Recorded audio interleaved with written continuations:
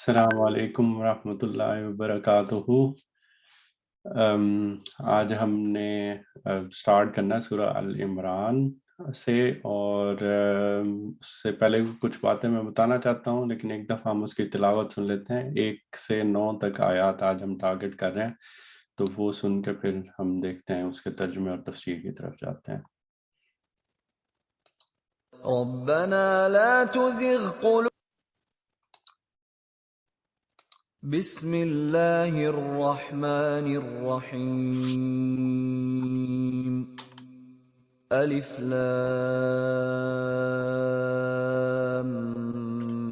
میم اللہ لا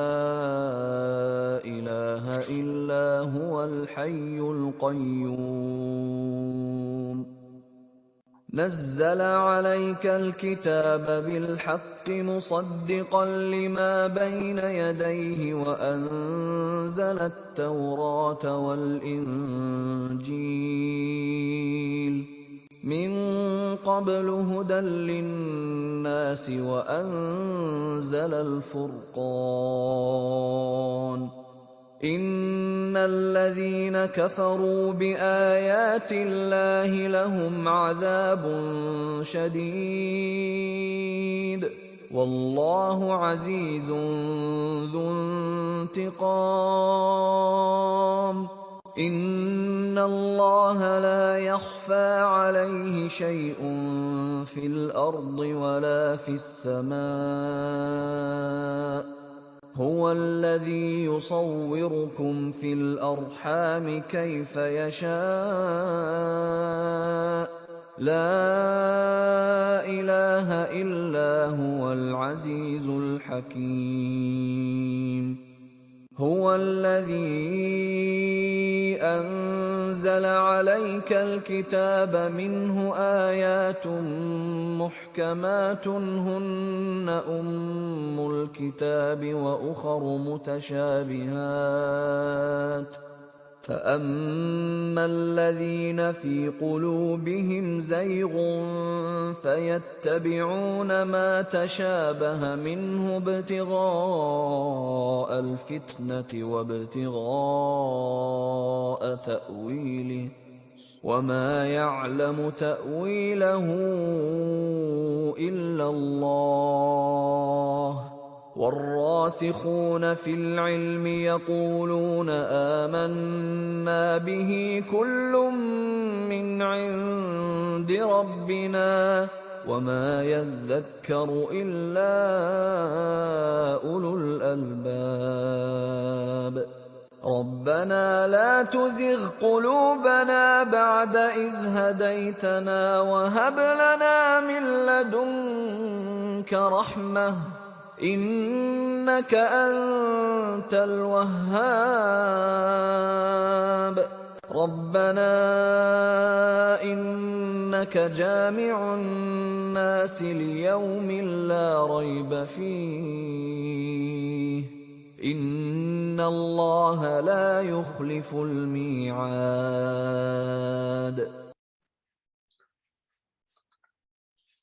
یہاں سے ہم سٹارٹ کرتے ہیں، تو اس سے پہلے میں تھوڑا سا بتا دوں کہ سورہ ال-عمران ہم سٹارٹ کرنے جا رہے ہیں۔ تو قرآن پاک میں جو صورتوں کا آپس میں باہمی تعلق بھی ایک ہے، جس کو سمجھنا بھی بعض اوقات آگے ہیلپ کرتا ہے جب ہم پڑھ رہے ہوتے ہیں مزید ڈیٹیل کو۔ تو اس میں یہ بتانا بھی ضروری ہے کہ اللہ تعالیٰ نے قرآن پاک میں ہی یہ چیز مینشن کی ہوئی ہے کہ ہم نے قرآن پاک کی جو صورتیں ہیں ان کو جوڑوں کی صورت میں، مضمون کے لحاظ سے جوڑوں کی صورت میں نازل کیا ہے۔ اور وہ جوڑے کس طرح سے ہیں، تو وہ مضمون کے لحاظ سے ہیں کہ اس کے اندر جو چیزیں ہمیں بتائی جاتی ہیں وہ مضمون اس طرح سے ہے کہ ان دونوں میں آپس میں بہت ایک باہمی تعلق ہوتا ہے۔ تو اسی سینس میں اگر ہم دیکھیں تو سورہ بقرہ اور سورہ ال-عمران جو ہے وہ بھی ایک باہمی جوڑے کی صورت میں ہے۔ اور جس طرح سے ہم نے سورہ بقرہ میں دیکھا تھا کہ اس میں جو موضوع ہے وہ ہم پوری ڈیٹیل میں جو پڑھ کے آئے ہیں، تو اس کو اگر بالکل خلاصہ 1-2 لائن میں اگر کرنا چاہیں تو اس میں ہم کہہ سکتے ہیں کہ اہل کتاب پر اتمام حجت کی گئی ہے۔ اور اہل کتاب یعنی کہ اس میں ہم یہود کو بھی لیں اور ان کو مسیحیت کو یا عیسائیت والی ان کو بھی لیں تو یہ دونوں ہی تھے، لیکن بنی اسرائیل کا نام لے لے کے ان کے اوپر یہ ساری چیزیں واضح کی گئی تھیں اور ان کو بتایا گیا تھا اور ان کی غلطیاں بتائی گئیں، ان کو بتایا گیا کہ چنا گیا تھا، اور پھر واقعات بتائے گئے کہ ان کے اوپر کیا کیا ہوا تھا، اور ان کو دنیا میں بھی پھر عذاب بھی ملا، اور پھر آخرت میں بھی جو نہیں لائیں گے سچا ایمان، نہیں کریں گے اس طرح والے کام، تو پھر آخرت میں بھی ان کے ساتھ کیا جائے گا۔ اور ساتھ ہی ہم نے یہ دیکھا تھا کہ پھر ایک نئی امت پھر ایک وجود میں آ رہی تھی حضور پاک صلی اللہ علیہ وسلم کی لیڈرشپ میں، کہہ سکتے ہیں کہ جب اب ان کی بعثت ہوئی آخری نبی کی حیثیت سے، تو ایک جو نئی امت آ رہی تھی جو کہ حق سچ کی متلاشی تھی، تو جب حضور پاک صلی اللہ علیہ وسلم نے ان کو پھر یہ ان کے ساتھ ہوئے، تو پھر یہ جو آیات سورہ بقرہ کی ہیں ان میں اس نئی امت کی تاسیس یا ان کے فرائض کا بیان ہو رہا تھا، یعنی کہ موٹی موٹی جو دین کی باتیں تھیں وہ بتائی جا رہی تھیں۔ اب اس کے اندر وہ ساری حقیقتیں پیچھے والی بھی واضح کی گئیں، تحویل قبلہ والی چیز ڈسکشن ہوا، حضرت ابراہیم سے لے کے آگے باقی چیزوں کو بھی واضح کیا گیا، پھر اس کے بعد بتایا گیا کہ حلال حرام کیا ہے، یہ سود اور تجارت میں کیا فرق ہے، عبادت نماز اور زکوٰۃ کی باتیں کی گئیں، اس میں والدین کا اور باقی جو رشتہ دار ہیں ان کو عزیز و اقارب، جو بنیادی باتیں تھیں، ایک نئی امت کو کھڑا کیا جا رہا ہے، تو ان کو بالکل فرائض بتائے جا رہے تھے، جو موٹے موٹے فرائض ہوتے ہیں وہ چیزیں تھیں۔ اب یہ جو دوسری صورت ہے آل عمران، اس کا بھی موضوع اسی طرح ہی ہے، اہل کتاب، لیکن یہاں پہ تھوڑا سا یہ آگے جا کے ہمیں یہی پڑھنا شروع کریں گے تو پتہ چلے گا کہ اب نصارہ کے اوپر، جن کو ہم عیسائی کہتے ہیں، ان کی طرف توجہ ہو جائے گی زیادہ، اور ان کے اوپر اتمام حجت اب ہوگا۔ اور پھر اب جو نئی امت جو حضور پاک صلی اللہ علیہ وسلم کی لیڈرشپ میں ایک کھڑی ہو رہی تھی، ایک نئی امت پوری ایک اس روئے زمین پہ ایک پیدا ہو رہی تھی، اب اس کا تزکیہ اور تطہیر وہ اس صورت میں آئے گا۔ اور تزکیہ میں بتا دوں کہ تزکیہ بنیادی طور پہ اپنے آپ کو پاک کرنا ہے، اور وہ پاک کس طرح سے کیا جاتا ہے؟ پاک اپنے اندر سے دل کی صفائی، یا جس کو اندرونی آپ صفائی بھی کہہ سکتے ہیں، اور باہر کی جسمانی صفائی بھی کہہ سکتے ہیں، اور اس کے بعد اخلاقی پاکیزگی بھی کہہ سکتے ہیں، اور اس کے بعد خود و نوش کی جو صفائی ہوتی ہے، یعنی کہ جو کھانے پینے میں جو ہم چیزیں کھاتے ہیں وہ بھی پاک صاف ہونی چاہیے۔ پر یہ بنیادی باتیں کیوں بتائی جا رہی ہیں؟ کیونکہ جنت میں پاکیزہ لوگ ہی جائیں گے، اور وہ پاکیزہ لوگ کون کون سے ہوں گے؟ جن میں یہ چار پہلو کم از کم میں نے آپ کو بتا دیے ہیں، کہ جس میں اپنے جسم کی ظاہری صفائی، پھر جسم کے اندر روحانی یا جس کو آپ اندرونی صفائی، دل کی صفائی کہتے ہیں، کھانے پینے میں جو ہم حلال حرام کرتے ہیں اس کو صاف کرنا ہے، اور اس کے بعد اخلاقی صفائی کہ ہم باقی لوگوں کے ساتھ پیش کیسے آتے ہیں، یہ ایک پاکیزگی۔ تو یہ ساری پاکیزگی بنیادی طور پہ یہ زیر بحث آئے گی اس کے اندر۔ اور اس کے بعد تطہیر، میں نے لفظ استعمال کیا، تزکیہ و تطہیر۔ تطہیر کہتے ہیں علیحدہ علیحدہ کرنا، کیونکہ اب مسلمانوں کی جماعت بھی بڑھتی جا رہی ہے اور اس میں باقی لوگ بھی شامل ہو رہے ہیں، تو وہ تطہیر کا مطلب ہوتا ہے الگ الگ کرنا، کہ کچھ لوگ اب دعویٰ کر رہے ہیں کہ ہم بھی مسلمان ہیں، اور کچھ لوگ اصلاً ایمان لے آئے ہیں۔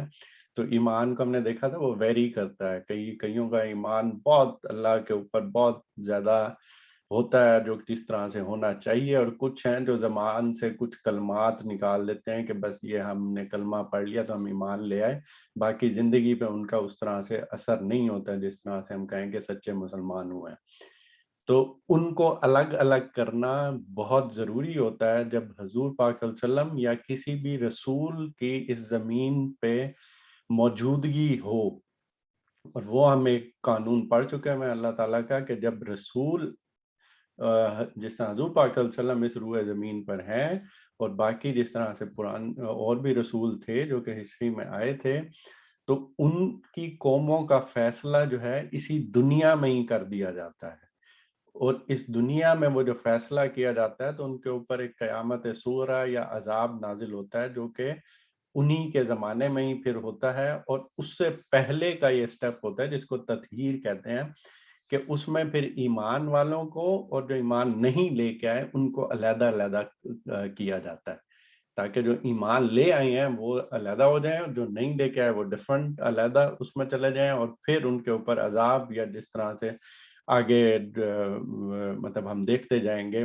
حضور پاک صلی اللہ علیہ وسلم کی زندگی میں وہ صحابہ کرام کی تلوار کے ذریعے سے آیا تھا، تو یہ چیزیں مزید ڈیٹیل واضح ہو جائیں گی۔ تو خلاصہ یہ ہے کہ سورہ آل عمران میں بھی اسی طرح کی بحث ہوگی، لیکن اب فوکس ہوگا نصارہ کے اوپر، اور اب مسلمانوں کو جو فرائض پہلے سے بتا دیے گئے تھے اب ان کے آگے تزکیہ و تطہیر کی، یعنی کہ اب فائن آپٹیمائزیشن ہوگی ان کی۔ تو یہاں سے ہم سٹارٹ کرتے ہیں سورہ آل عمران کو۔ تو اس کی جو پہلی آیت ہے الف لام میم، اس کو بھی ہم ڈیٹیل میں پہلے تھوڑا سا دیکھ چکے ہیں۔ سورہ بقرہ کو جب ہم سٹارٹ کر رہے تھے تو یہ بنیادی طور پہ ایک اور چلو چیز میں واضح کرتا جاؤں کہ یہ جو سورتوں کے جو نام ہیں العمران اور سورہ بقرہ، یہ اللہ تعالیٰ کی طرف سے دیے گئے نہیں ہیں۔ سورہ بقرہ یہ اس ٹائم بعد میں صحابہ کرام جب وہ اس بات کرتے تھے، تذکرہ کرتے تھے قرآن پاک کی صورتوں کا، تو اس میں جس طرح سے کہتے ہیں کہ وہ والی صورت جس میں بقرہ کا ذکر ہوا ہے، جس میں گائے کا ذکر آیا ہے، اور اس سے پھر وہ شارٹ ہوتا ہوتا وہ بقرہ پڑ گیا کہ وہ بقرہ والی صورت، اور پھر وہ سورہ بقرہ، اور اس طرح سے یعنی کہ یہ بعد میں صحابہ کرام سے ملا ہے۔ اور اسی طرح یہ سورہ آل عمران جو ہے اس میں بھی ایک نام ہی ہے کہ اس کے اندر جب آل عمران کا نام آیا، ذکر ہوا ہے، تو نشانی کے طور پہ اس کا حقیقتاً اللہ تعالیٰ کی طرف سے کوئی نہیں ہے تعلق۔ یہاں پہ جب سٹارٹ ہم کر رہے ہوتے ہیں تو الف لام میم، یہ ایک ایسی بحث ہے یا ریسرچ ہے جو کہ ابھی تک اوپن ہے، جس کو ابھی تک لوگ سمجھ نہیں سکے، یا علماء کرام جو عربی کے بھی بڑے بڑے عالم ہیں ان میں ابھی تک کوئی فائنل حتمی طور پہ کوئی نہیں کہہ سکا کہ الف لام میم بنیادی طور پہ کس چیز کو ریفلیکٹ کر رہے ہیں۔ لیکن اس میں جو بہت سارا طبق فکر ہے، اور اس میں ایک قیاس جو کیا جاتا ہے، اور اس قیاس کو سمجھا جا سکتا ہے کہ تھوڑی عقل کی روشنی میں اگر کرنے تو شاید یہ مقصد ہوگا کہ جو عربی کے جو الفاظ ہوتے ہیں یا حروف تہجی جن کو کہتے ہیں، جس طرح سے انگلش کے بھی ہوتے ہیں، اردو کے بھی ہوتے ہیں، تو اسی طرح عربک کے ہیں، یہ بنیادی طور پہ پیچھے ہیبریو سے آئے تھے، عبرانی زبان سے، اور عبرانی زبان میں بھی چینی زبان کی طرح جب وہ حروف تہجی تھے وہ کسی نہ کسی شکل کو یا شیپ کو واضح کر رہے ہوتے تھے، یعنی کہ وہ کوئی نہ کوئی ڈرائنگ ہوتی تھی۔ اور اس کی ایک واضح مثال قرآن میں بھی ہے، سورہ نون میں، تو وہ نون والی جو چیز ہے وہ شیپ بنتی تھی مچھلی کی، اور ابھی بھی ان میں جب ان کو کہا گیا یا ذکر کیا گیا تو وہ مچھلی کے ذکر سے ہی ان کا نام دیا گیا، تو وہ سورہ نون۔ تو اسی طرح ایک قرین قیاس ہے کہ الف لام میم، یعنی کہ یہ سورہ الف لام میم ہے، سورہ بقرہ بھی اور سورہ ال عمران بھی، اور اس کے پیچھے کے الف کے پیچھے کیا حقیقت ہے، لام یا میم، اور اس کا سورت کے ساتھ باہمی تعلق کیا ہے، یہ ابھی تک اوپن ہے، یہ ابھی تک کسی ریسرچر نے، اسلامک ریسرچر نے ابھی کوئی حتمی نتیجہ نہیں نکالا۔ تو یہیں سے ہم سٹارٹ کرتے ہیں کہ الف لام میم، یہ سورہ الف لام میم ہے۔ اللہ وہ زندہ جاوید ہستی جو نظام کائنات کو سنبھالے ہوئے ہے، حقیقت میں اس کے سوا کوئی خدا نہیں ہے۔ یہ وہ ان آیات میں سے ہیں جس میں اللہ تعالیٰ اپنا تعارف کراتے ہیں اپنی صفات کے تھرو۔ نے دیکھا تھا کہ پہلے کہ جو اللہ تعالیٰ کی ذات کی جب بات آتی ہے تو اس میں اللہ تعالیٰ نے واضح کر دیا ہوا ہے قرآن میں کہ نہ تمہیں اتنا علم دیا گیا ہے، اور نہ اس دنیا میں کوئی ایسی چیز ہے جو کہ تھوڑی جس سے تمثیل دے کے اللہ تعالیٰ کی ذات کا شعور دیا جا سکے۔ میں تو اس لیے اللہ تعالیٰ کی ذات کے بارے میں سوال کرنا کہ اللہ کس طرح کا ہے، کب سے ہے، کیوں ہے، تو وہ چیز سمجھ میں آ ہی نہیں سکتی۔ تو اس کے بعد جو تعارف کی ایک صورتحال رہ جاتی ہے وہ اللہ تعالیٰ کی صفات کے ذریعے سے ہے، اور اللہ تعالیٰ کی صفات کا ہمیں تھوڑا بہت سمجھ اس وجہ سے آ جاتی ہے کہ اللہ تعالیٰ نے اپنی صفات میں سے ایک بہت ہی حقیر ہی صحیح لیکن کچھ شعور، کچھ علم انسانوں کو بھی دیا ہے۔ یعنی کہ اللہ اگر کہتے ہیں کہ انصاف کرنے والا ہے، منصف ہے، اس طرح کی کوئی جب بات کی جاتی ہے تو اس میں کچھ نہ کچھ حد تک اللہ تعالیٰ نے انسانوں کے اندر بھی رکھا ہے کہ وہ بھی عدل انصاف کرنا چاہتے ہیں، تو فوراً بندے کو احساس ہو جاتا ہے کہ او اللہ تعالیٰ کی طرف جو انصاف ہوگا اس میں بالکل کسی کے ساتھ حق تلفی نہیں کی جائے گی، یعنی کہ پرفیکشن پہ ہوگا، جبکہ ہم جب کرتے ہیں اس میں بہت زیادہ غلطیاں ہو سکتی ہیں۔ تو یہ وہی جس طرح آیت الکرسی ہے اسی طرح سے اس آیت میں بھی اللہ تعالیٰ نے اپنا تعارف سمجھنے کے کروایا ہے، اور کیا کروایا ہے کہ اللہ وہ زندہ جاوید ہستی، عربی کے اس طرح سے دیکھیں، اللہ وہ ہستی ہے کہ اس کے سوا کوئی الہ نہیں، زندہ اور سب کو قائم رکھنے والا ہے، جو نظام کائنات کو سنبھالے ہوئے ہے۔ اور اس میں جو صفات استعمال ہوئی ہیں حی القیوم کی، اور اس میں دونوں میں ربط بھی اس طرح سے ہے، حی کا لفظ ہے کہ جس نے اس دنیا کو پیدا کیا اور پھر قائم رکھنے والا بھی ہے، قیوم یعنی کہ اس نے قائم رکھا ہوئی ہے۔ یہ بھی نہیں ہوا کہ اللہ تعالیٰ نے اس دنیا کو پیدا کر دیا اور اس کے بعد پھر کوئی اور کاموں میں مصروف ہو گئے کہ دنیا اب جب ختم ہوگی یہ لوگ سارے میرے پاس آئیں گے تو پھر دیکھ لیا جائے گا۔ نہیں نہیں نہیں، یہ اس طرح سے ہے کہ اس نے یہ دنیا کو قائم کیا ہے، اس میں انسانوں کو پیدا کیا، اس میں دوسری مخلوقات کو پیدا کیا ہے، اور اب اس کو قائم کر رہا ہے، اور مسلسل اس کی نظر ہے اس پہ۔ اور جس کا ایک ہمیں پتہ چلتا ہے کہ جب حضرت خضر اور حضرت موسیٰ کے واقعے سے شاید انہی کے درمیان ہی تھا کہ جب لے کے گئے تھے تو ایک ملا کی کشتی میں جو سوراخ کر کے اس کی کشتی کو بچا لینے کا، کیونکہ بادشاہ ساری کشتیاں اکٹھی کر رہا ہے تو اس کو ملا کو بچا لینے کا خیال بھی اللہ کے دل میں ہے، اور وہ فرشتوں کے تھرو یا ان کے اپنی جو اللہ تعالیٰ نے جس طرح سے نظام کائنات سنبھالا ہوا ہے، اللہ تعالیٰ کو اس کی بھی فکر ہے۔ اللہ ایک ایک چیز کو دیکھ بھی رہا ہے اور وہ قائم رکھے ہوئے ہے اس دنیا کو۔ تو حی القیوم سے اللہ تعالیٰ نے اس طرح سے بتایا کہ وہ زندہ جاوید ہستی ہوں جس نے اس نظام کو قائم بھی رکھا ہوا ہے، اور حقیقت یہی ہے کہ اس کے سوا کوئی خدا نہیں ہے، یعنی کہ کوئی اس کے علاوہ اللہ کے مقابلے میں کوئی اور نہیں ہے جو کہ یہ سارے کام کروا رہا ہو۔ پھر اس نے تم پر یہ کتاب نازل کی ہے جو حق لے کر آئی ہے، اور ان کتابوں کی تصدیق کر رہی ہے جو پہلے سے آئی ہوئی تھیں، اس سے پہلے وہ انسانوں کی ہدایت کے لیے تورات اور انجیل نازل کر چکا ہے۔ ابھی ہم نے دیکھا کہ اوپر اللہ تعالیٰ نے بتایا کہ میں نے یہ دنیا بنائی ہے، میں اس نظام کائنات کو چلا رہا ہوں، تو یہ بنیادی ایک چیز نکلتی ہے اس سے کہ میں نے لوگوں کو اب امتحان میں ڈالا ہے، تو اب میں ان کی ہدایت سے بے پرواہ نہیں ہو سکتا تھا، لہٰذا پھر انہوں نے کیا کیا ہے کہ پھر یہ کتاب نازل کی ہے جو حق لے کر آئی ہے۔ حق لے کر آنے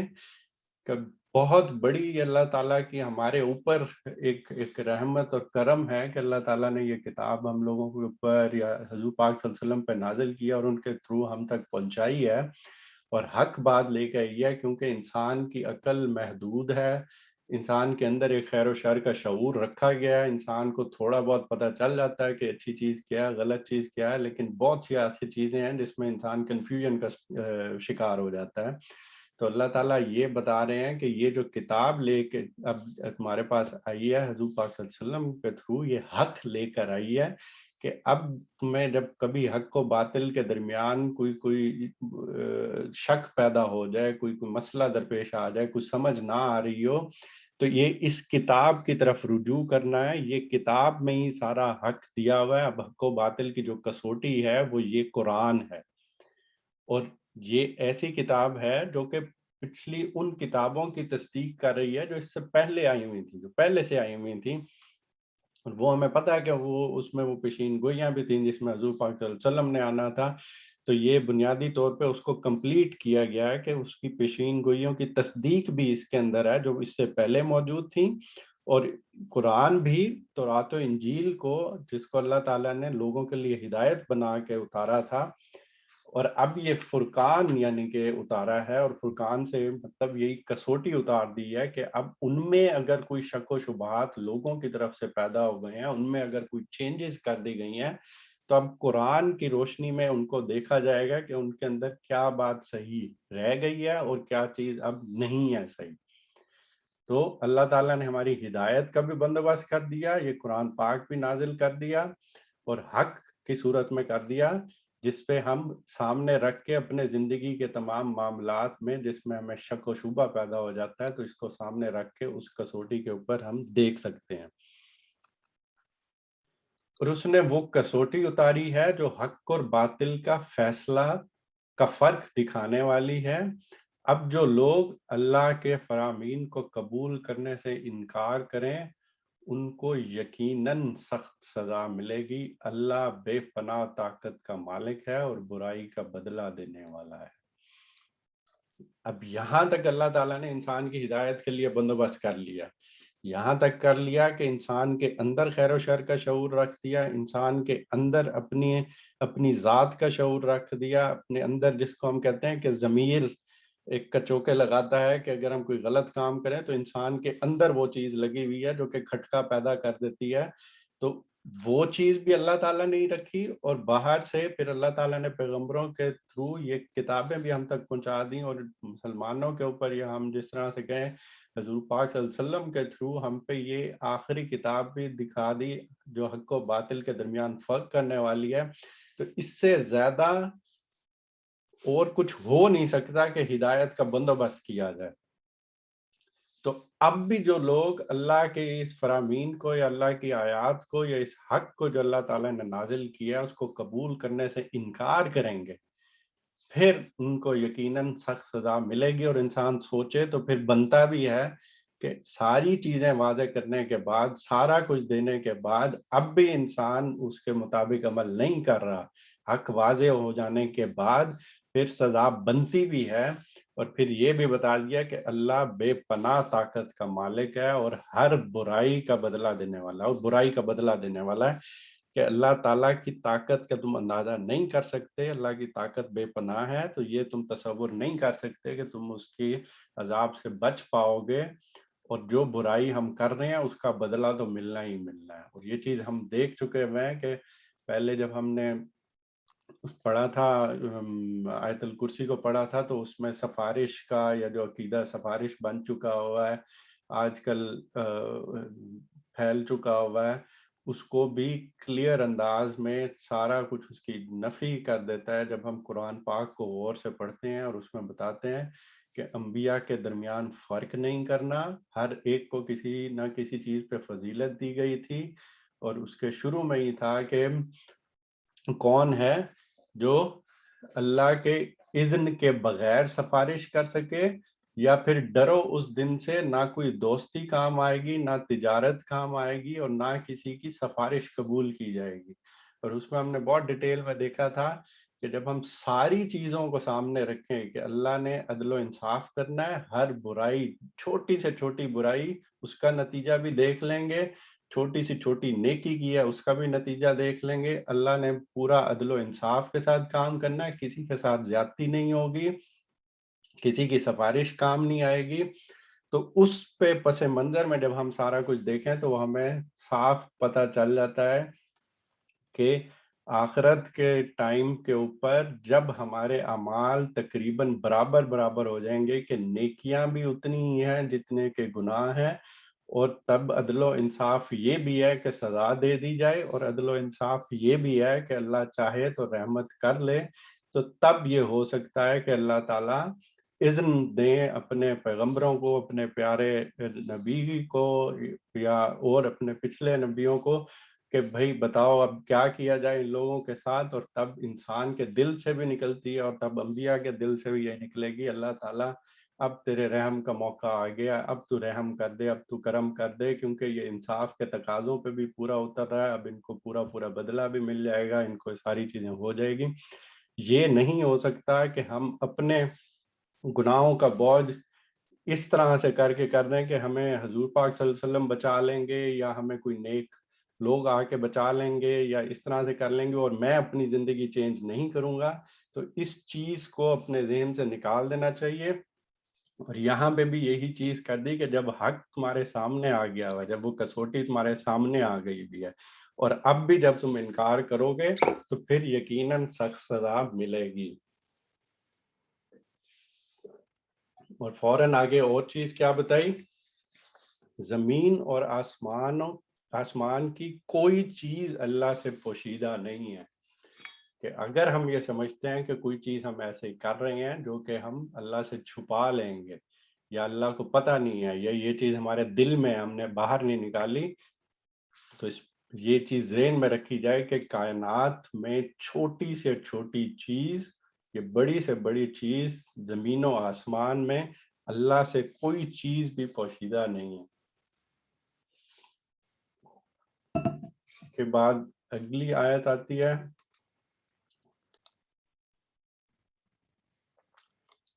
اس کے بعد ہے وہی تو ہے جو تمہاری ماؤں کے پیٹ میں تمہاری صورتیں جیسی چاہتا ہے بناتا ہے،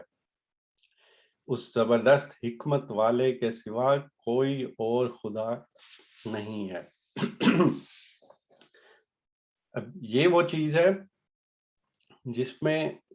وہ باتیں لکھی ہوئی ہیں جس میں ہمیں غور کرنے کی ضرورت ہے، جس میں ہمیں سوچنے کی ضرورت ہے، جس پہ ہمیں قرآن بار بار کہتا ہے کہ اس کائنات پہ غور کرو، اس کائنات کو دیکھو، اس میں جو نشانیاں چھپی ہوئی ہیں وہ دیکھو، ان پہ غور کرو، پھر تم اپنے رب کی طرف قریب ہوگے، تمہیں پتہ چلے گا یہ سارا کچھ ایسے ہی نہیں چل رہا. اور اسی میں سے ایک نشانی اب یہاں ذکر ہو رہا ہے کہ اللہ تعالیٰ نے بتایا ابھی میں بے پناہ طاقت کا مالک ہوں، زمین و آسمان کی کوئی چیز میرے سے پوشیدہ نہیں ہے. اب کیا تمہاری ماؤں کے پیٹ میں جو تمہاری صورتیں ہیں جیسی چاہتا ہے بناتا ہے. تھوڑا سا غور کریں اس چیز پہ، کتنے اربوں کی تعداد میں انسان اس دنیا میں موجود ہیں. آپ ان کی صورتوں کے اوپر غور کریں، ان کی شکلوں کے اوپر غور کریں، کتنی ہماری شکل کتنی کوئی بڑی ہے، اس پہ تھوڑا سا غور کریں، خود بھی سوچیں. میں بھی جب یہ سوچتا ہوں کسی ایک کی شکل آپ یہ نہیں کہہ سکتے بالکل ایگزیکٹلی اسی طرح سے، ایون آئیڈینٹیکل ٹوئنز بھی ہوتے ہیں، باقی ساری چیزیں ہوتی ہیں. آپ اس پوری شکل کو تو چھوڑیں،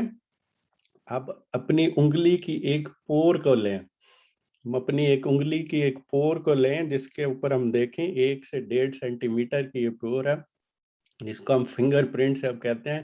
کسی ایک انسان کی اس دنیا میں اس کرۂ ارض کے اوپر وہ فنگر پوائنٹ بھی نہیں ملتے، فنگر پرنٹ نہیں ملتے آپس میں. اتنی بڑی چیز ہے کہ اگر اس پہ غور کیا جائے تو کیا کیا چیز واضح ہو جاتی ہے کہ اللہ ہی ہے. جب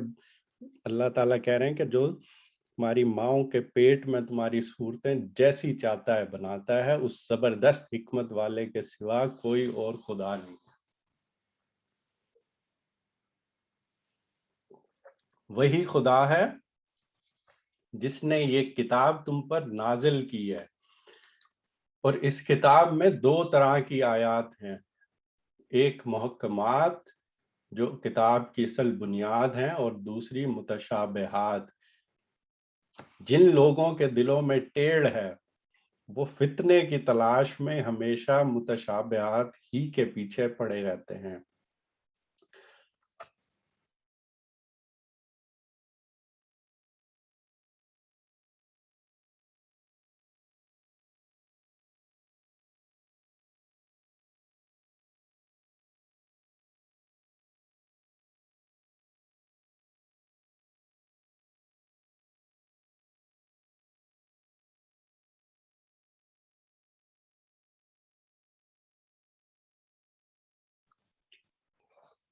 سوری یہاں پہ تھوڑا سا وہ ٹیکنیکل مسئلہ ہو گیا تھا، لیکن میں دوبارہ اسے پڑھ لیتا ہوں.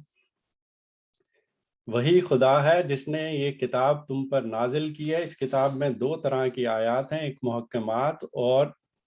جو کتاب کی اصل بنیاد ہیں، اور دوسری متشابہات. جن لوگوں کے دلوں میں ٹیڑھ ہے وہ فتنے کی تلاش میں ہمیشہ متشابہات ہی کے پیچھے پڑے رہتے ہیں اور ان کو معنی پہنانے کی کوشش کرتے ہیں، حالانکہ ان کا حقیقی مفہوم اللہ کے سوا کوئی نہیں جانتا. بخلاف اس کے جو لوگ علم میں پختہ کار ہیں وہ کہتے ہیں کہ ہمارا ان پر ایمان ہے یہ سب ہمارے رب ہی کی طرف سے ہیں، اور سچ یہ ہے کہ کسی چیز سے صحیح سبق صرف دانش مند لوگ ہی حاصل کرتے ہیں۔ اس میں کافی ایک امپورٹنٹ نقطہ ہے جو کہ ہمارا سمجھ لینا کافی ضروری ہے، کیونکہ جنت اور دوزخ کو بھی جو چیز بتائی جاتی ہے وہ اسی طرح ایک تمثیل کی صورت میں بتائی جاتی ہے۔ تو قرآن کے سٹرکچر کو اب واضح کیا جا رہا ہے، اور کس طرح سے کہ قرآن پاک میں جو اللہ تعالیٰ نے باتیں بتائی ہیں، جو حق نازل کیا ہے، اس میں جو ہمارے لیے جو نصیحت کی چیزیں ہیں وہ دو طرح سے ہیں، دو سٹرکچر ہیں۔ اس میں ایک محکمات ہیں جن کو سمجھنے میں ہمیں کوئی دقت پیش نہیں آتی، یعنی وہ آیتیں ہیں جن میں ایسے حقائق بیان کیے گئے ہیں جنہیں سمجھنا انسان کے لیے ممکن ہے، جو اس کی علم و عقل سے ماورا نہیں ہے، یا جن کی تہہ تک پہنچنے کی صلاحیت ہماری فطرت میں ہے، اتنا علم ہمارے اندر ہے۔ تو قرآن کی جو زیادہ تر آیتیں ہیں یہی ہیں، اور انہی پر اس کی ہدایت کا مدار ہے، اور اسی بنیاد پہ جو یہ الکتاب یعنی کہ کتاب کی اصل بنیاد قرار دی گیا ہے، یہ محکمات کا لفظ استعمال کے۔ اور پھر دوسری ہیں جو متشابہات ہیں، یعنی کہ وہ تمثیل کی صورت میں، وہ مثال کی صورت میں بیان کی گئی ہیں۔ وہ بالکل جب ہم نے سورہ بقرہ شروع کی تھی تو اس میں بھی ہم نے دیکھا تھا کہ منکرین، منافقین، اور ان کی بھی اللہ تعالیٰ نے مثالیں دے دے کے واضح کیا تھا۔ اسی طرح سے ہم جگہ جگہ دیکھتے ہیں کہ جنت اور دوزخ کا جو کانسیپٹ ہے اس میں بھی اللہ تعالیٰ نے جب بیان کیا ہے تو اس میں تمثیل کی صورت میں بیان کیا ہے، کیونکہ وہ انسان نے ابھی دیکھی نہیں ہے، اور جب انسان نے دیکھی نہ ہو تو اس کے لیے وہ امیجن کرنا یا اس کے لیے تصور کرنا تھوڑا سا مشکل ہو جاتا ہے۔ تو اللہ تعالیٰ جو اس کی زندگی میں ہی جو چیزیں ہیں ان کی مثالیں دے کے اللہ تعالیٰ اس کو کچھ نہ کچھ واضح کرنے کی کوشش کرتے ہیں، لیکن ان مثالوں کے ذریعے ہم اس کی حقیقت تک نہیں پہنچ سکتے، اور وہ حقیقت جو ہے وہ صرف اللہ تعالیٰ ہی کو پتا ہے۔ اس کا یہ مطلب نہیں بتایا جا رہا کہ تمہیں ان کے معنی سمجھ میں نہیں آئیں گے، صرف یہ چیز بتائی جا رہی ہے کہ اس میں جو حقیقت ہے وہ پوری کی پوری اللہ تعالیٰ کو ہی پتا ہے۔ میں اس میں دو تین تھوڑی سی اگزامپلز دوں گا تاکہ آپ کو بات مزید واضح ہو جائے۔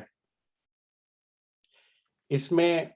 جس طرح سے اگر ہم کہیں کہ ہم کچھ 2 صدی پہلے چلے جائیں جب الیکٹریسٹی یا کوئی بجلی یا اس طرح کی چیز کا کوئی ذکر نہیں تھا، انسان کے کانسیپٹ میں، انسان کے دماغ میں ہی وہ چیز نہیں تھی، ایسے الفاظ ہی نہیں آئے ہوئے تھے انسان کے پاس کہ وہ اس کو استعمال کر کے بتا سکتا کہ یہ جو بلب ہوتے ہیں اس میں روشنی کس طرح سے آتی ہے۔ اس ٹائم دیے ہوتے تھے، دیے ہوتے تھے، آئل سے چلاتے تھے، آگ لگاتے تھے، اور چل جاتی تھی، تھوڑی روشنی انہیں مل جاتی تھی۔ اب 2 صدی بعد اگر وہ بجلی آ جائے گی اور بجلی کے بعد بلب جلیں گے، تو پھر اب اس ٹائم کے لوگوں کو آپ نے سمجھانا ہو تو مثال دے کے ہی سمجھا سکتے ہیں نا۔ مثال دے کے کیسے سمجھائیں گے؟ کچھ اس طرح سے کہا دیا جائے گا بھئی دنیا میں ایسے چراغ جلیں گے جن میں نہ تیل ڈالا جائے گا اور انہیں آگ دکھانے کی بھی ضرورت نہیں ہوگی۔ تو ایک طرح سے ایک بات سمجھائے جانے کی کوشش کی جا رہی ہے، ایک تمثیل دے کے، ایک مثال دے کے۔ تو جن لوگوں نے حق اور سچ کی تلاش میں ہیں تو وہ اس سے اس کا مطلب اخذ کرنے کی کوشش کریں گے کہ اچھا یہ چیز کیا کہی جا رہی ہے۔ اب جو فتنہ کرنے والے ہیں وہ اسی چیز کے پیچھے پڑ جائیں گے کہ نہیں ابھی سمجھاؤ، اس میں پوری حقیقت ہمیں سمجھاؤ کہ جو بات تم کر رہے ہو وہ ہے کیا۔ اور بیک گراؤنڈ میں وہی ساری چیز چل رہی ہے، اہل کتاب والی، یہود والی اور نصارہ والی۔ دونوں میں اگر تاریخ کا مطالعہ کیا جائے تو اس میں دونوں کے اندر یہ دونوں چیزیں اس طرح سے تھیں کہ جب اس طرح کی تمثیلیں اللہ تعالیٰ کی طرف سے دی گئیں قرآن پاک میں، جب مثالیں دے کے اس کو واضح کرنے کی کوشش کی گئی، تو جو یہود تھے وہ فتنہ پیدا کرنے سے زیادہ دلچسپی رکھتے تھے، اور جو نصارہ تھے وہ جو متشابہ آیات ہوتی تھیں ان کی حقیقت میں جاننے کی کوشش کرتے تھے۔ اب جب پورا علم ہی نہیں دیا گیا، اب 2 صدی پہلے آپ انسان کو جا کے بتا ہی نہیں سکتے کہ بھئی الیکٹریسٹی ہوگی، وائر بنے گی کاپر کی یا جس کی بھی، اس کے اندر الیکٹرونز فلو کریں گے،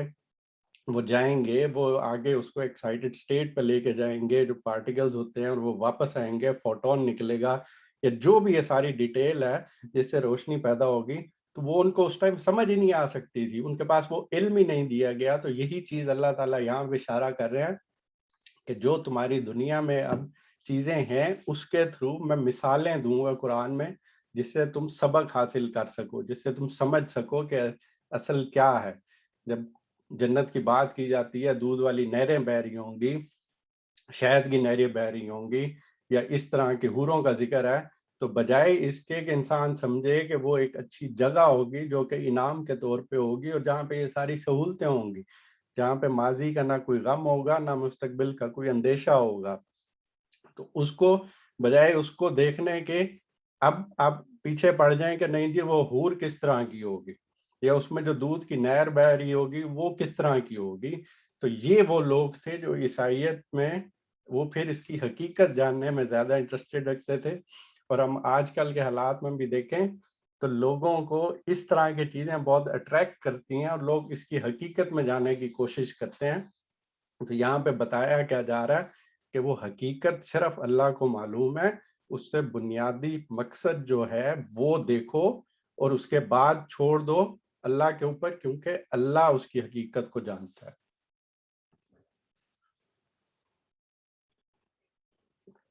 یہاں پہ ایک دو اور واقعات بھی ہیں، دیکھتا ہوں کہ کتنے میں بتا سکتا ہوں. اس میں ایک جو میرے لیے تھوڑا سا نئی چیز تھی جو مجھے سیکھنے کو ملی تھی، اس میں پل صراط کا جو ایک واقعہ ہے جس میں حضور پاک صلی اللہ علیہ وسلم کو ایک رویا کروایا گیا تھا، جس میں دکھایا گیا کہ ایک ایسا پل ہے جو کہ ایک تلوار کی طرح سے تیز اور بال کی طرح سے جس طرح سے باریک ہے، اور اس کے اوپر لوگ چل کے جا رہے ہیں، اور جو پورا چلا جاتا ہے اینڈ تک چلا جاتا ہے تو وہ کامیاب ہو گیا، ورنہ بہت سے لوگ ہیں جو کہ اسی پل سے نیچے گر رہے ہیں. تو وہ بھی ایک تمثیل کی صورت میں تھا، اور انسان وہی والی بات کہ اس پہ غور کرنے کی فکر کرے تو یہ چیز تھوڑی سی واضح ہو جاتی ہے کہ وہ جو چیز تمثیل میں بیان کی جا رہی تھی کہ وہ پل صراط بنیادی طور پہ یہ دنیا ہے، اور اس دنیا میں جب آپ چل رہے ہیں تو کتنا پھونک پھونک کر قدم اٹھانا ضروری ہے. کیوں آپ ہمارے منہ سے ایک ایک الفاظ سوچ سمجھ کر نکلنا چاہیے، ہم جو عمل کر رہے ہیں وہ ایک ایک عمل سوچ سمجھ کے ہونا چاہیے کہ غلط عمل کیا اور ادھر ہم اس دنیا میں جو چل رہے ہیں وہ ہم کھائی میں گرے کے گرے. اور جو اس دنیا میں یہ جو آزمائش ہمارے پہ ہے جو کہ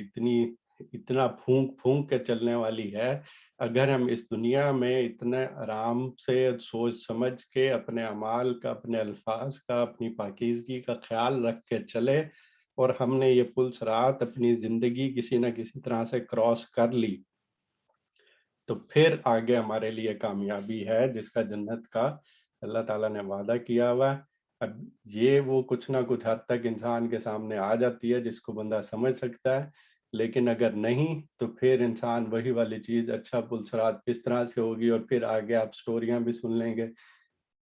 کہ جی وہ قربانی کے جانور کے اوپر ہم بیٹھیں گے اور پھر وہ بجلی کی تیزی سے گزر جائیں گے، اور پھر یہ انسان کے بنیادی طور کے اندر جو ایک خواہشات ہوتی ہیں، غلبہ ہوتا ہے، یہ انسان جس طرح سے دیکھنا چاہتا ہے اور مزید اس میں اضافہ کرتا جاتا ہے، جو بات جہاں تک ہوتی ہے اس کو بیان نہیں کیا جاتا تو اسے کیا سے کیا بنا دیا جاتا ہے. تو یہ میرے لیے ایک بہت نئی چیز تھی کہ اس تمثیل میں جو حضور پاک صلی اللہ علیہ وسلم کو رویا دکھایا گیا تھا کہ یہ لوگوں کے حالت اور یہ چیز کس طرح سے ہے کہ زندگی ہی ایک پل صراط کی مانند ہے جس پہ اتنا پھونک پھونک کا قدم چلنا اور کتنا ضروری ہے، ورنہ یہیں پہ ہی ہم لڑکے اور یہیں پہ ہی ہم ایسے ہم گرے تو پتہ چل گیا کہ اس گڑھے میں گر گئے جس کو آخرت میں پھر دوزخ سے تعبیر کیا جاتا ہے. اور پھر یہ والی بات اس میں ایک اور حضرت عائشہ کا خواب بھی ہے جس میں وہ تمثیل اگین اس کی صورت میں بتانے کی کوشش کی گئی تھی. اور وہ خواب کیا تھا کہ انہوں نے حضرت ابو بکر کو سناتے ہوئے کہا کہ میں نے ایک خواب دیکھا ہے جس میں یہ ہے کہ 3 چاند جو ہیں ان کی جھولی میں ڈال دیے گئے ہیں. اب اس کی تعبیر کرنا ہے، اس کو سمجھنا، وہ ہر ایک کا انٹرپریٹیشن صحیح تھا کہ تمثیل ہے، اب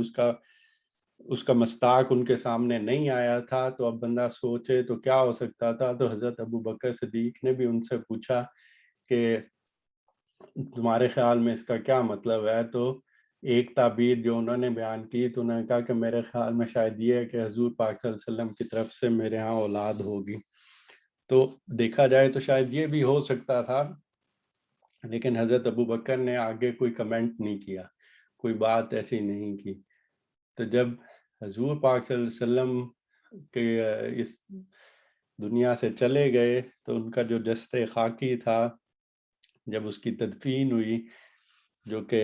حضرت عائشہ کے حجرے میں ہی ہوئی تھی، تو اس پہ جب ہو گئی تو پھر حضرت ابو بکر صدیق نے ان کے سامنے کمنٹ کیا تھا، تمہارا پہلا چاند تمہاری جھولی میں ڈال دیا گیا. تو یہ وہ چیزیں تھیں جو کہ بعد میں جب ان کی حقیقت سامنے آتی ہے تو پھر انسان کو پتہ چلتا ہے کہ وہ اصل حقیقت کیا تھی، جب اللہ تعالیٰ دکھا دیتے ہیں، جب ہم اس جگہ تک پہنچ جاتے ہیں، جب وہ چیز آتی ہے سامنے. اس کے بعد پھر اب جو لوگ اصل میں حق اور سچ کو پانا چاہتے ہیں، جو لوگ علم میں پختہ کار ہیں، جو بھٹکے ہوئے نہیں ہیں، ان کا رویہ کیا ہوتا ہے. پہلے وہ اشارہ کر دیا یہود اور عیسائیت کی طرف، اب ان کی بات کی جا رہی ہے جن کا ایمان مضبوط ہے، جو علم میں پختہ کار ہیں، جو بھٹکے ہوئے نہیں ہیں. وہ کیا کہتے ہیں؟ ہمارا ان پر ایمان ہے، یہ سب ہمارے رب ہی کی طرف سے ہیں، اور سچ یہ ہے کہ کسی چیز سے صحیح سبق صرف دانش مند لوگ ہی حاصل کرتے ہیں. اشارہ بالکل اسی طرف کر دیا کہ جو لوگ عقل رکھتے ہیں، جو کہ دانش رکھتے ہیں، وہ اس چیز سے فائدہ اٹھائیں گے کہ جو آیات جس میں حکمت بیان کی گئی ہے اور وہ والے واقعات یا تمثیل کی صورت میں اللہ تعالیٰ نے بتا کے واضح کرنے کی کوشش کی ہے، وہ سب کے سب اللہ تعالیٰ ہی کی طرف سے ہیں. اور پھر وہ والی دعا جو ہمیں بھی یاد کرنی چاہیے اور ہمیں بھی مانگنی چاہیے اپنی نمازوں میں بھی، اللہ سے دعا کرتے رہتے ہیں کہ پروردگار جب تو ہمیں سیدھے راستے پر لگا چکا ہے تو پھر کہیں ہمارے دلوں کو کجی میں مبتلا نہ کر دیجیے، ہمیں اپنے خزانہ فیض سے رحمت عطا کر کہ تو ہی فیاض حقیقی ہے. کہ اللہ تو نے اب ہمیں صراط مستقیم پہ چلا دیا ہے، اب ہم حق سچ کی تلاش میں نکلے تھے، ہم ہدایت پانا چاہتے تھے، ہم نے کوشش کی، تو اللہ تب تو نے اب ہمارے پہ یہ کرم کر ہی دیا ہے کہ ہمیں تو سیدھے راستے پہ لگا چکا ہے. اب ہم یہ حق اور سچ کو پانے کی کوشش کر رہے ہیں، تو اب ہمارے دلوں کو پھیر نہ دینا. اب ہمیں ان چیزوں میں جو اب ہم قرآن میں پڑھتے ہیں تو اس کی اصل حقیقت ہمارے سامنے رہے، ہم اس طرح کے فتنوں میں نہ پڑ جائیں جس میں یہود پڑ گئے تھے، یا اس طرح کی تمثیل میں وہ حقیقتیں نہ تلاش کرنے بیٹھ جائیں جس طرح عیسائیوں نے کیا تھا. اور ہمیں اپنے خزانہ فیض سے رحمت عطا کر کہ تو ہی فیاض حقیقی ہے. پروردگار تو یقیناً سب لوگوں کو ایک روز جمع کرنے والا ہے جس کے آنے میں کوئی شبہ نہیں، تو ہرگز اپنے وعدے سے ٹلنے والا نہیں ہے. یہاں پہ ایک دفعہ ان ساری آیات کا ہم دیکھ لیتے ہیں ترجمہ. الف لام میم، یعنی سورہ الف لام میم ہے. اللہ وہ زندہ جاوید ہستی جو نظام کائنات کو سنبھالے ہوئے ہے، حقیقت میں اس کے سوا کوئی خدا نہیں ہے. اس نے تم پر یہ کتاب نازل کی ہے جو حق لے کر آئی ہے اور ان کتابوں کی تصدیق کر رہی ہے جو پہلے سے آئی ہوئی تھیں. اس سے پہلے وہ انسانوں کی ہدایت کے لیے تورات اور انجیل نازل کر چکا ہے، اور اس نے وہ کسوٹی اتاری ہے جو حق اور باطل کا فرق دکھانے والی ہے. اب جو لوگ اللہ کے فرامین کو قبول کرنے سے انکار کریں ان کو یقیناً سخت سزا ملے گی. اللہ بے پناہ طاقت کا مالک ہے اور برائی کا بدلہ دینے والا ہے. زمین و آسمان کی کوئی چیز اللہ سے پوشیدہ نہیں، وہی تو ہے جو تمہاری ماؤں کے پیٹ میں تمہاری صورتیں جیسی چاہتا ہے بناتا ہے، اس زبردست حکمت والے کے سوا کوئی اور خدا نہیں ہے۔ وہی خدا ہے جس نے یہ کتاب تم پر نازل کی ہے۔ اس کتاب میں دو طرح کی آیات ہیں، ایک محکمات جو کتاب کی اصل بنیاد ہیں، اور دوسری متشابہات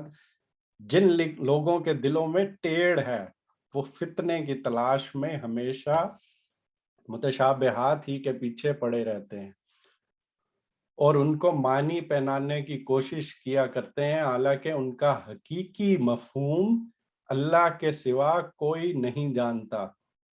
بخلاف اس کے جو لوگ علم میں پختہ کار ہیں۔ وہ کہتے ہیں کہ ہمارا ان پر ایمان ہے، یہ سب ہمارے رب ہی کی طرف سے ہے، اور سچ یہ ہے کہ کسی چیز سے صحیح سبق صرف دانش مند لوگ ہی حاصل کرتے ہیں۔ وہ اللہ سے دعا کرتے ہیں کہ پروردگار، جب تو ہمیں سیدھے راستے پر لگا چکا ہے تو پھر کہیں ہمارے دلوں کو کجی میں مبتلا نہ کر دیجیو، ہمیں اپنے خزانہ فیض سے رحمت عطا کر کہ تو ہی فیاض حقیقی ہے۔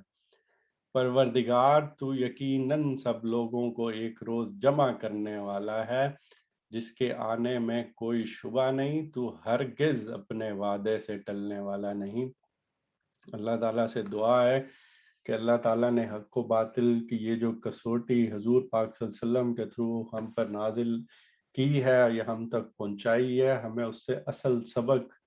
لینے کی توفیق عطا فرما دیں، ہمیں استقامت کے ساتھ اس کو پڑھنے، اس کو سمجھنے اور اس سے اپنی عملی زندگی میں داخل کرنے، اور یہی دعا کہ جب ہم میں تو سیدھے راستے پر لگا چکا ہے تو پھر ہمارے دلوں کو پھیر نہ دینا۔ آمین۔ یہاں پر ہم اپنے سیشن کا اختتام کرتے ہیں۔